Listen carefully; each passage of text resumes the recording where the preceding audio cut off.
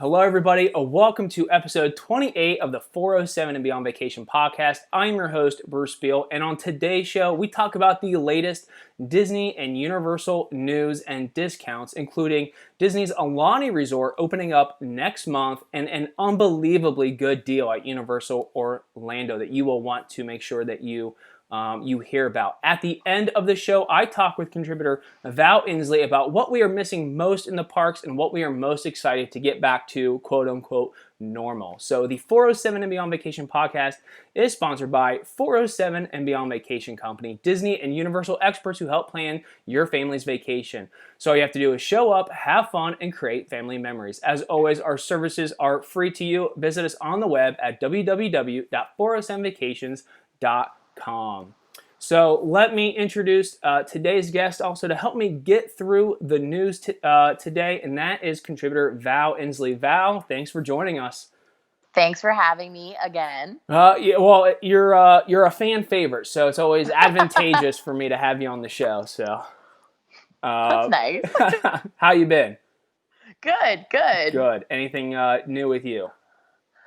No, it's starting to be fall in the South. But sometimes. Yeah. Well, Val, I apologize in advance that I sent you a new tripod to use for today's episode. I was excited for you to use it, and then, of course, it wasn't delivered. So just wrap that up in the things of 2020. Thus is life. But the first news story this week actually is really sad news. I was just being facetious about the tripod. And that is the layoffs of over 28,000 Disney employees. So just earlier this month, Disney laid off 28,000 people in the United States due to the coronavirus pandemic and its effect on the Walt Disney World Company. The cuts affected the Disney Parks experience and product units, and Disney said that 67% of the employees laid off are part-time workers. The Parks and Resorts division is comprised of 100,000 employees, but due to the coronavirus and its effect on the theme park industry, Disney dropped a whopping 91% during the first 3 months of 2020. So Josh D'Amaro, the chairman of Disney Parks, released a statement, and in that statement, he said that the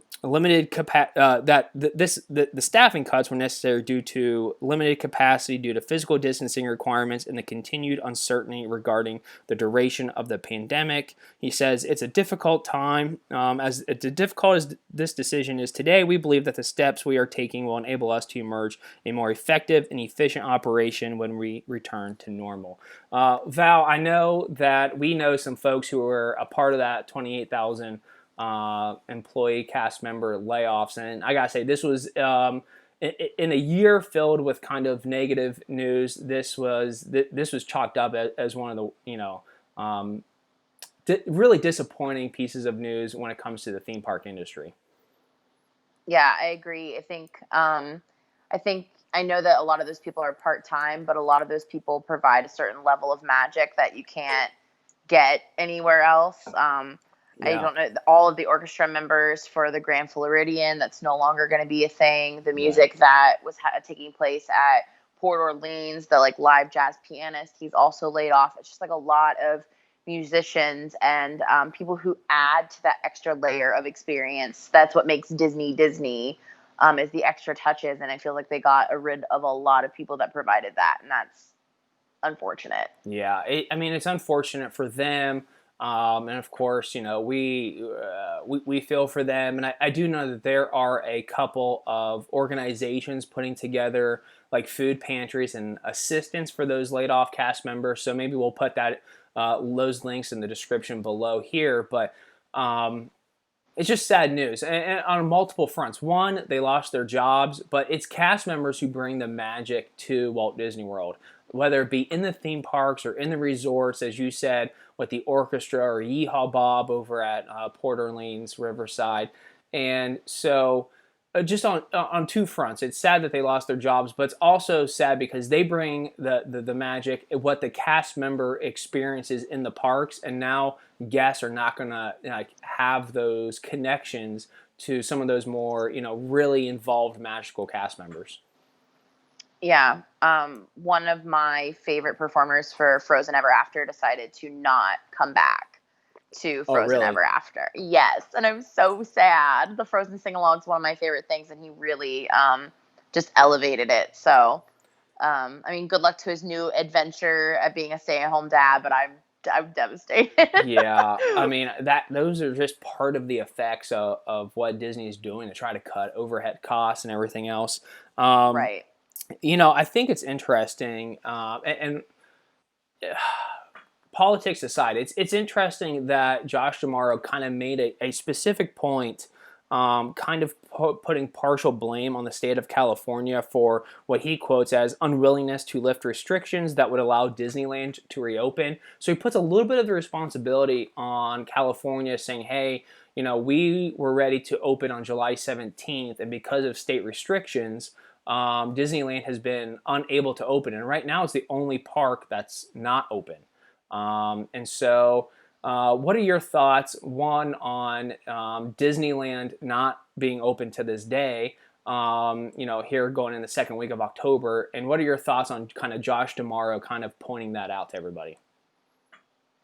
I think that's so sticky because I don't want to be political, but I think that in a more I don't know. I think California just takes things a little bit more seriously than Florida. Those feel like two very opposite siblings. Right. So Right. Florida, and then also Florida doesn't have taxes, so they require a lot. They rely a lot on the tourism trade. So it was advantageous for them to get open as quickly as they can, all theme parks across Florida, so they could get some of that money coming in. People also aren't traveling internationally, so then people are doing a lot more domestic travel. So Florida was smart in that regard, but I do understand California's point that it is a smaller park. It doesn't have as much room.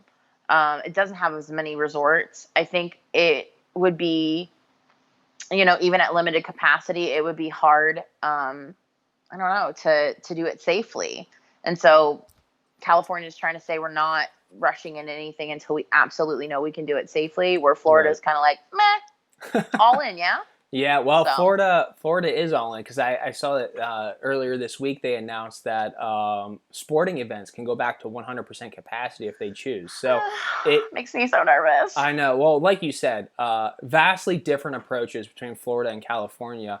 The only thing that I'll say, in particular to California, is that if the other parks are opening and they have all the health and safety measures in place at the resorts, at the parks, that perhaps because it is only two parks, with three resorts, that perhaps it's more logistically doable to have health and safety measures in place and actually have them implemented successfully. And of course, Disneyland is not the only theme park that's affected by the California restrictions on reopening.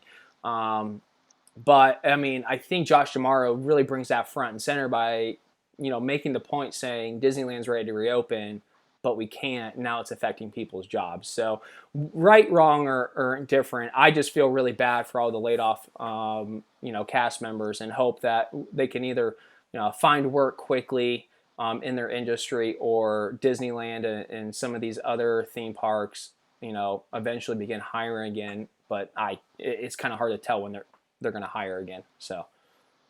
Yeah. I have a I feel feeling like life is still completely all up in the air. Yeah. I have this feeling that these cuts and some of these measures of temporarily closed restaurants or portions of resorts, entertainment options, I have this bad feeling that they're kind of here to stay for a while. I would agree. I think I don't think that any of us want to adjust. We all want to get back to life pre-COVID, but I think there is a transitional period that we need to recognize that will come after sort of COVID is quote unquote finished or fizzling out, that it'll be a while. Things aren't just going to magically go back to the way things were before. I bet we'll have at least another year of transitioning back into something that looks normal. And I think it's important for people who are planning vacations, especially to Disney, to kind of, adjust your expectation level less to be disappointed. Yeah, So I agree. It's going to be a while. I think we just need to get used to some of these changes, and I hope the agreed. cast members can find, you know, jobs and find the relief that they need. So, all Right, right, for sure. let's move on to Universal. We actually have three pieces of Universal news this week. A lot coming from Universal. The first is that Universal's Volcano Bay, the third theme park in which they call it, which is a water park. Universal announced that it is going to be closing on November 2nd due to anticipated lower demand during the next few months here into the winter, and that they will be reopening sometime in the spring. Guesses are sometime around March 2021. So usually Volcano Bay remains open all year round, all 12 months of the year. But due to low numbers, they are going to be, suspending and closing Volcano Bay from November 2nd, sometime into the early spring. So if you were going on vacation during those months into that period, be prepared not to be able to visit Volcano Bay. So, Val, does this affect you at all? It does not. I Okay. don't think I would be going to a water park during a pandemic. Call Yeah. me crazy. Yeah, not yeah. So it's going to be close. But I do have good news when it comes to Universal Orlando theme parks, and that is they are currently running a deal where if you buy 2 days worth of park tickets, you get 3 days free. So you have to purchase by January 6th of next year, so in the next couple of months, and you can use them all the way through summer up until August 31st of 2021. Universal is saying that no blockout dates apply. There are some restrictions, but no blockout dates. And so, Val, for the price of 2 days, guests can buy tickets for 5 days worth of theme park tickets. So a pretty good deal at Universal Orlando. Absolutely. That's a great Yeah, deal. I mean, Um, it, if you're in the neighborhood, might as well, right? yeah, I mean, for if you're looking to take the family on a weeks long vacation and you don't have to spend um, money on buying two tickets because the other three come free. That's a heck of a deal. And the pricing right now, 2 day park tickets are starting in the low 230s. Don't quote me on that, but it's around the low 230s. So 230s or a little bit more for 5 days per person in Universal Orlando. If you are have wanted to go to Universal Orlando, if you're a big Harry Potter fan and you want to go to the Wizarding World, I would say, and you're comfortable going to theme parks, this is a heck of a deal. As long as you buy those tickets before January 6th, you have the rest of this year all the way up through the end of August of next year to use those tickets. So a pretty good deal there. So again, that's buy 2 days, get 3 days free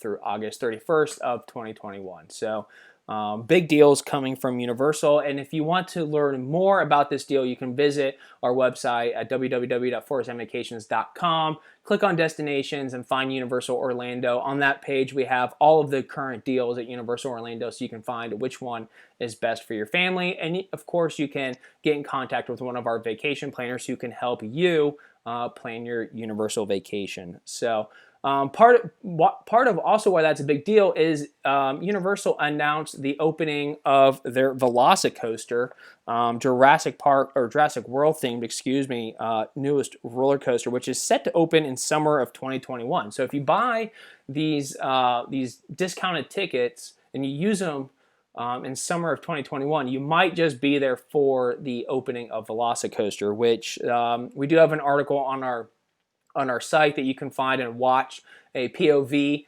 of this attraction that Universal released. But Val, I know that this is kind of a highly anticipated attraction that's opening up, and what most people have said is a much needed addition to Universal Orlando. So I'm looking forward to a Jurassic World Velocicoaster. How about you?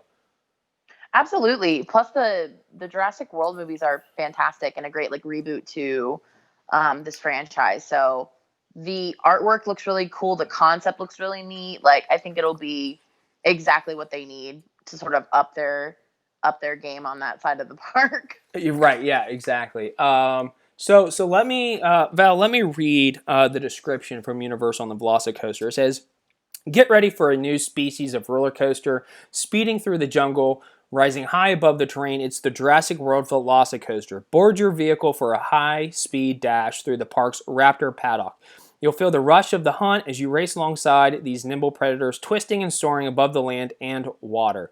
The Jurassic World Velocicoaster is coming summer of 2021 to Universal's Island of Adventure." So it sounds like you are down at the same eye level as a Velociraptor going on the hunt, which if you've seen Jurassic World, you know how the Velociraptors kind of play a significant role in that movie. So I think this is going to be a lot of fun. It sounds like it's going to be very thrilling, and it also sounds not only like it's well themed, but it puts you kind of in the action of Jurassic World, which I think is a huge plus. So I think it sounds like it might be one of those ones that does a 0 to 60 kind of like a launch coaster. Right. Is kind of like would be really, I think, utilized here. I think that would be smart. Yeah, I'm sure. And you can see construction photos online too in different social media outlets posting from Islands of Adventure. It looks pretty cool. It reminds me a little bit of Tron for whatever reason, maybe because that's another coaster that's being built as well. But I'm pretty excited for this. So we have yet another big main attraction coming to an Orlando theme park in next summer. So we just did a live show about Remy's Ratatouille Adventure coming to France's pavilion at Epcot World Showcase. And so I think we definitely have a lot to look forward to in 2021 when it comes to new attractions. So For sure. all right, so the next story is about the reopening of Aulani. So Aulani will be reopening on November 1st, and they have released a series of reopening health and safety measures that they want guests to know that they're either going to have to abide by or what they are doing to keep guests safe. And so for pre-arrival steps for guests, it could require guests to have a mandatory quarantine or pre-travel testing before arriving. Guests will be required to wear face coverings when at Aulani's resort, and that's every guest who's age 2 and older. Just like the parks and resorts here at Walt Disney World, physical distancing and capacity measures will be in place, whether it be in stores, restaurants, pools, or fitness centers, or really anywhere where there is a public area that allows for physical distancing. Some of the housekeeping and cleanliness measures taking place. So high trafficked areas such as elevators, handrails, benches are going to receive extra cleaning. They are going to be implementing technology, so they are going to be using or trying to get rid of contact options or contact points by introducing new menu QR codes, cashless payment systems, online check-in, and just actually earlier, a couple of days ago, Val, Aulani announced that it's actually going to have its own phone application for everyone's mobile devices. So that way, guests can try to avoid some of those contact points. Also, some of the dining and amenities at Disney's Aulani Resort are going to be temporarily closed or unavailable, such as Auntie's Beach House, the spa, private dining, the valet service, and some of the restaurants are going to remain closed. So you can catch all of those closings over on our blog at www.407vacations.com/travel blog. There we have a full list of all of the closings and health and safety measures that Aulani's currently doing to have guests back November 1st, which, Val, that's only in 3 weeks. So we have yet another Disney location that will be open for business. The prices look good, though. Yeah. I would be lying if I said I did not look at those. Yeah, So. for guests who feel comfortable traveling, now is a great time to go to Aulani. I mean, a lot of things are going to be closed at Aulani. There'll be modified experiences, but Aulani, for folks who don't know, is Disney's Hawaiian resort. There's no theme parks. It is a resort with pools and spas and beachfront access to the ocean. So it is a time to unwind, enjoy yourselves, and have good food. So if that's what you're looking for and you feel comfortable traveling to Hawaii, now is a pretty decent time to find yourself going out to Aulani. I'm ready. You're ready. Okay. Val's like, oh, got my reservations ready to Check, go. please. Let's go. All right, Val, that's all the news stories I have. Do you have anything that you want to add? To the news? No. Yeah, did I miss anything?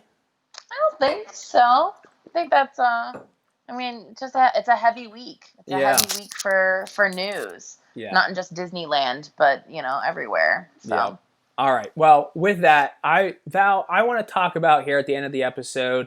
Right now, guests are going to Walt Disney World. I've been in the parks, bringing some content material, and Disney World is magical and fun for families, no matter what. But we obviously know that some of the experiences have been modified, or they're temporarily closed or suspended. And so I want to have a conversation with you. For folks who are kind of debating, do I go now? Do I wait until some of these experiences return? Because you are a Disney purist and aficionado, I specifically want to have this conversation with you, and that is, what are you most looking forward to returning back to the parks and resorts that may not be available now, that kind of brings that magic for families? For sure. I think mine is probably the fireworks, the nighttime shows. I think really nothing sort of puts an end cap on your day quite like crowding around the castle and watching the castle show and watching Happily Ever After. I think it's like the perfect ending to a day. Mm-hmm. So I definitely miss that. I think they're doing a good job with like modifying the parades by like putting characters in cars and like driving them that way, so that there's a lot of character content still happening and you're able to see a lot of characters right now. So the parades I don't feel like are missing out too much, but the castle shows at night for sure. Yeah. And then a lot of dining experiences are super modified or not even available. I mean, the cheeseburger egg roll cart in Magic Kingdom is only open on the weekends. Right. And that's a shame. Bring back the cheeseburger egg rolls, huh? Please. Right. Please. So Val, let me ask, what is your favorite nighttime show at Walt Disney World? It's definitely Happily Ever After. Yeah. It's my least favorite thing to get. It's my Magic Kingdom is my least favorite park. Don't come at me in the comments, but you can. But it has the best nighttime show. But then when it's over, it's also the worst park to get out of. Yeah. So I agree. It's difficult. It's a lot of people. It's a lot of rushing to the exit. But I miss that show so much. I will lie if I've not said I've watched it on YouTube many times. Yeah, it is one of my favorite nighttime shows ever, and it's definitely my favorite currently. I do look forward to Epcot and Harmonious. I do look forward to seeing that when that releases. But yeah, nighttime shows are kind of something that's just kind of a nice conclusion to a busy day. You've had dinner, you've ridden the attractions, you've met the characters, and a nighttime show is kind of that nice ending to the day before you go back to your resort and relax. So I do think that is one thing that I'm really looking forward to. The other thing is yeah, the cavalcades are nice. I do miss the parades, but at least they're trying to substitute those a little bit. But one thing that they haven't really been able to substitute too much is character meet and greets. And so I'm really looking forward to the character meet and greets being able to safely return. And kind of, the other thing about character meet and greets is that not only do the kids and everybody get to meet the characters, get their signature books signed, take the photos, but it also eats a lot of people in line. And now all those people are in line for attractions because there are no character meet and greets. So right. It's kind of twofold with the character meet and greets. And I'm just really excited for all that to return, I guess. For sure. There's a lot to look forward to coming back. Yeah. The other point you made was dining. Dining options are available, but only at, a lower capacity. And not all of the staff are back in some of those restaurants. I've heard some stories about chefs de France lately, and some of the other areas where the service and the food may be lacking. And it's just kind of that return of the restaurants. But one thing I'm looking forward to is when everything is at full capacity is the dining options returning, staffs returning at those restaurants, and because to me dining is a huge part of a Walt Disney World vacation, and so when you take that equation out of it and you're constantly getting quick service or only a limited amount of table service restaurants are open, you don't have that time to relax anymore, but you also don't have that, very unique and very special Disney dining experience. So, absolutely. And to add to the dining thing, I think the party's not happening this year is really sad. Right, yeah. Like the Halloween party is one of my favorites. We went to the Christmas party last year and had so much fun. Yes. With special characters and just very that's the closest I felt to being 7 years old in a very long time, was watching it snow on Main Street. So right. it's sad that you don't have that sort of tradition to look forward to, or that kind of end cap to your year, or the start, or what signals the beginning of the holiday season for you and your family. Right. And for a lot of those people, it is like the parties. You dress for the Halloween party, and then a month and a half later, you're in there for the Christmas party. So right. And then all of the extra staff members that they bring out for that. It's just, it's a tough time to just sit back and watch it all happen. Right. Yeah. And I will say, I guess, bringing it full circle back to our first news story today, I do look forward to when cast members in a higher capacity, I don't know how long it's going to take to go back to the numbers of pre-COVID, but just more cast members in the park providing that Disney service, whether it be at the resorts, whether it be at Downtown Disney, whether it be at the parks. I look forward to cast members being back in higher numbers, providing that magical interaction with guests. So, I agree. I can only imagine the people that are back, might sometimes feel a bit frazzled, or not feeling like they can provide the magic that they need to. Right. I agree. So. All right. So Val, is there anything else that you're looking forward to when the parks return? Is there anything that that's just missing now that we're really looking forward to when things go back to normal? Yeah, just the full Disney experience. I'd love to see you and maybe I don't know, hug our friends. I know. Or ride a ride together. I just really didn't realize, now here we are months and months longer than we thought we'd be like this. And right. I miss seeing people, and I miss being with my friends, and knowing that we could take a quick weekend and have a great time. Just those sort of whimsical, quick things that you don't put much thought into are now just a thing of the past. So I agree. Yeah. No, go ahead. I'm sorry. Oh, no.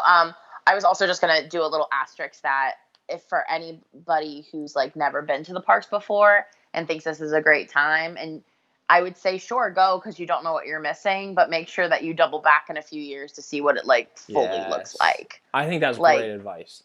Yeah. If you don't know what you're missing, great. But if you have been there before and you think it's going to be the same, it's not the same. Right. So, right. And they're doing the best that they can, and that's not a knock on Disney whatsoever, but it is not the same. Right. Go back. Yeah. Now's a great time. You can definitely knock out attractions. You can see everything that's open, but you got to go back when there's nighttime shows, parades, characters, the whole experience. So yeah, you want to be shoved in a rope drop with people, elbow to elbow, as far as the eye can see.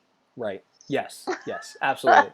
Yeah, the normal feeling of being in a theme park. So please. All right. Well, good. Well, Val, thanks a lot for joining me today. I think your insight and what you have to say about the parks returning and making sure you go back multiple times is very valuable for guests who are thinking about a vacation. So I appreciate you being on the show, and look forward to you joining me again sometime soon.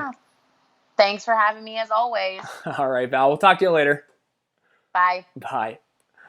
All right. If you and your family are thinking about a Walt Disney World, Disney's Alinity Resort, Universal Orlando vacation, make sure you visit us at www.407vacations.com to get started with a vacation planner today. That is our episode today, folks, of Disney and Universal News on the 407 and Beyond Vacation podcast. Thank you a lot for watching. Please subscribe to our channel, give this video a like, and if you would, please share us on your Facebook page, because the more viewers and people in the conversation, the merrier. Please make sure to also join us on Monday nights at 7:30 on our Facebook page for a Facebook live show where I talk with you, the vacation guests, about what you're experiencing, what your favorite things are. Last week we talked about the France Pavilion at Epcot's World Showcase and all the things we have to look forward to coming up in the coming months and years. And we will continue that by moving around World Showcase and examining another World Showcase pavilion. So make sure you join us Monday night at 7:30 for that. Thanks a lot for watching. Again, please subscribe and like this video. Stay well, stay healthy, and we will see you next time. Take care.